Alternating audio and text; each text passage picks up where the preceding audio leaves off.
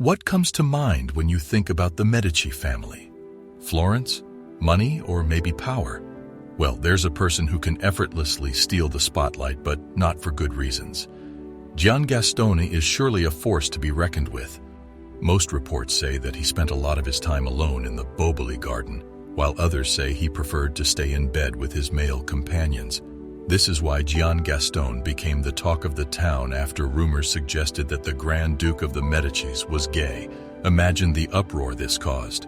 From his unusual pastime to his misadventures, I will debunk all the myths surrounding Gian Gastone and why he became the forgotten queer icon of the Medici. Welcome to Crazy Histories, where we bring you the craziest and weirdest facts from human history. Some of the things discussed in this video may be offensive or disturbing. Viewer discretion is advised. Who is Gian Gastone?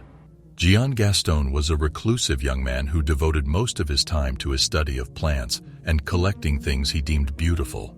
He might have had a specific predisposition, but one thing is for sure, he was a very lonely man. This might be because he was a neglected child. His grandmother, mother, father, older brother Ferdinando, the court, and even the citizens of Florence had all turned a blind eye to him. Yet once his brother passed away, Gian Gastone was the only person who could save the Medici name. Talk about irony. Because of this, he was forced by his father into a marriage he never asked for. He wed Anna Maria Francisca, a 23-year-old woman who was the widow of the Palatine Count Philip of Neuburg and the daughter of the Duke of Saxony and Lauenburg. Everyone knows the marriage was doomed from the start. On top of this, he was not able to escape the throne. At the age of 52, Gian Gastone was proclaimed Grand Duke of Florence. Behind the prestige and grandeur, everyone wasn't expecting the roller coaster ride that followed. As time went on, he became frailer. For instance, he started getting lazy and was not even trying to hide how he had no desire to rule at all.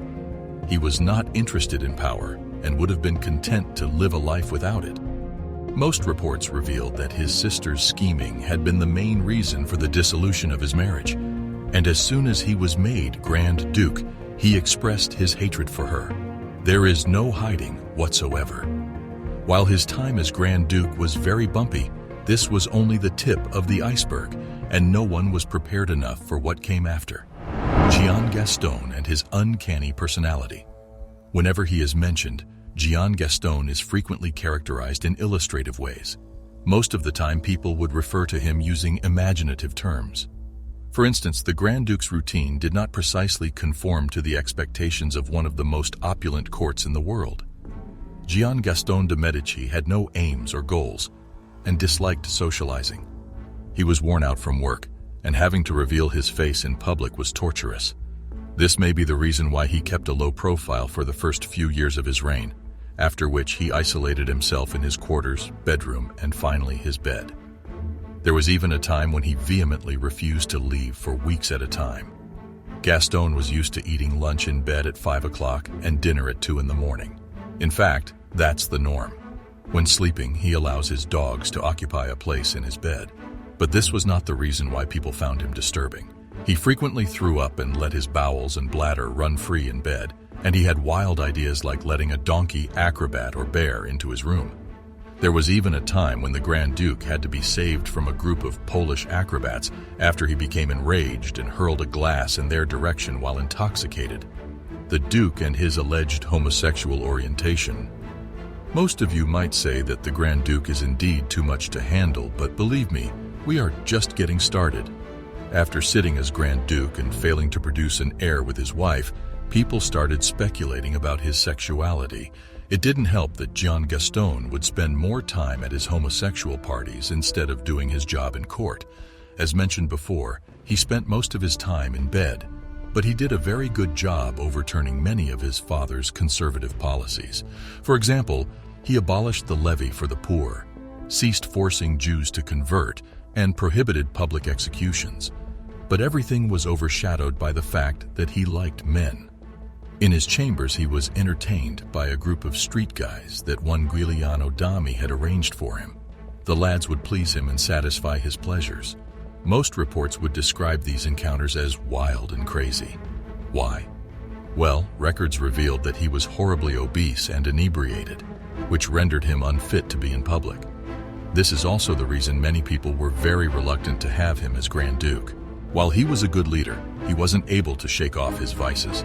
After successfully changing the old system, he returned to his bad habits of sulking, drinking, and screwing men. He spent a lot of time in bed, amused by a group of paid boys known as the Rospanti. John Gaston would then have sex with attractive young men, and they would put on ludicrous plays as he yelled obscenities until he passed out. There was even a rumor that the Grand Duke was in a relationship with his mentee. Giuliano Dami was brought in as a supposed mentee, but people believed he was more than that. After Gian Gastone passed away on July 14, 1737, it was said that things were said publicly around Florence that wasn't particularly pleasant towards the personal servants of the late Grand Duke. In particular, they spoke about Giuliano Dami. He would be given the Duke's donation distribution duties, which, in the hands of a crook, might be quite lucrative. So Dami took advantage of this and instigated a lot of hatred, which ended up overwhelming Gian Gastone alongside Giuliano. In addition to the many pamphlets circulating against Giuliano, one caught everyone's attention. It started to spread in a rather detailed manner, making for a rather interesting rumor. Dami was charged with segregating his beloved Gian Gastone, restricting his guests, and turning away any clergy he didn't like. Dami was also charged with providing the Duke with a sizable number of people of all genders, ages, ethnicities, and social classes who were paid on a regular basis for the Grand Duke's pleasure. However, it was later revealed that Dami was nothing more than just a mentee.